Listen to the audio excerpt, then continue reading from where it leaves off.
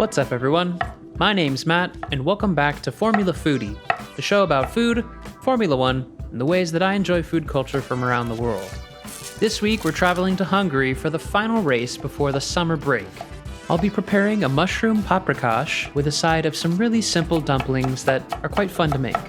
Before we do that, we have to talk about what happened last time out at the Belgian Grand Prix. In a feat that surprised absolutely nobody, the rain came through and made this quite an interesting weekend like the one before.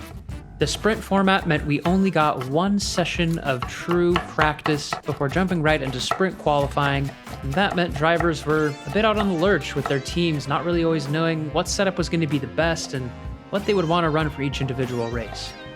Qualifying traditionally is not the place that you want to get pole position at this track because there is such a big advantage to the person behind in second place, and that proved out to be true with Oscar Piastri losing out to Max Verstappen in the sprint.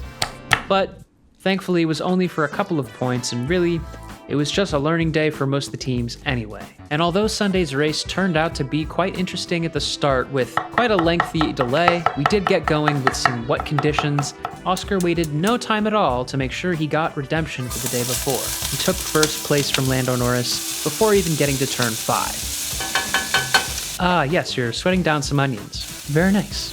Anyway, back to the maybe just be a little more careful with that spoon. It's expensive. Anyway, while Lando was a little disheartened by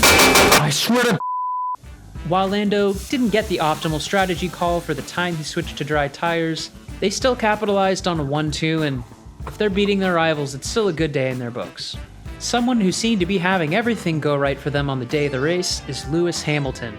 After losing out to a very unlucky lap deletion during qualifying, Lewis came flying through the field, showing that he may be old, he may be in a different environment, but when this guy has the car under him, he can pass like no other and really has a lot of good form in a car that's got some pretty good updates come to it.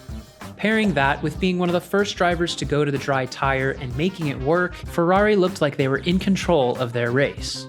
And to top that all off, Charles was leading Max the entire race, pretty much identical lap times, keeping Max behind on what is one of his favorite circuits. That's quite a lot of pressure for the whole race, and he stood up to that test. There were some drivers that had some pleasant surprises getting into the points, such as Alex Albon after having some issues with their engine, getting a solid P6, Liam Lawson getting a nice reliable 8th place for a couple of points, and Gabriel Bortoleto showing that at least not all of the rookies are struggling in the wet, changeable conditions. He came through and got some good luck on this race, so great job for him. Moving forward to this week's race, we're going to Hungary. A lot of teams will just be trying to bag a solid result at what is commonly called the Monaco without walls, and hopefully some of these updates these teams have brought can help them do that. Personally, I think Ferrari might have a bit of a go at the podium, maybe even a win here. While this paprikash is maybe a bit unassuming on its surface, it's packed with a rich, earthy spice and has a nice sweetness to round it out. It's hard to describe other than saying it just tastes like home. In fact, it was so good, I made it a second time. As we stare at our little piece of art here, I want to thank you for coming along. I hope you enjoy the Hungarian Grand Prix, and I'll catch you next time. Peace.